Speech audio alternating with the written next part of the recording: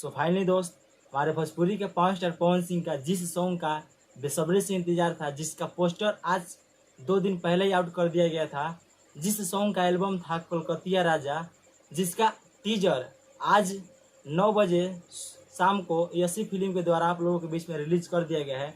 और इसका सॉन्ग कल सुबह के 7 बजे रिलीज कर दिया जाएगा। और अब आपको बता दें इस सॉन्ग के डिटेल्स के बारे में। तो इस सॉन्ग को भोजपुरी के पावर स्टार पवन सिंह की आवाज़ में बनाया गया है। और इस सॉन्ग में नज़रअंदाज आने वाले हैं वो है भोजपुरी के सुपरहिट एक्ट्रेस सौम्या पांडे, जो कि आपको फिट के काम किए हैं।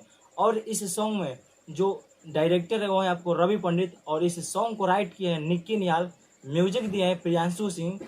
और आप लोग इस सॉन्ग को सुनने के लिए कितना एक्साइटेड है नीचे कमेंट में जरूर बताइएगा। और अगर आज का इस वीडियो को अच्छा लगा हो तो एक लाइक करके दोस्तों के पास शेयर जरूर कीजिएगा। तो चलिए दोस्त, आज की वीडियो को यहीं क्लोज करते हैं। नेक्स्ट वीडियो के साथ फिर मिलते हैं, तब तक के लिए बेस्ट ऑफ लक। धन्यवाद, बाय बाय, टेक केयर।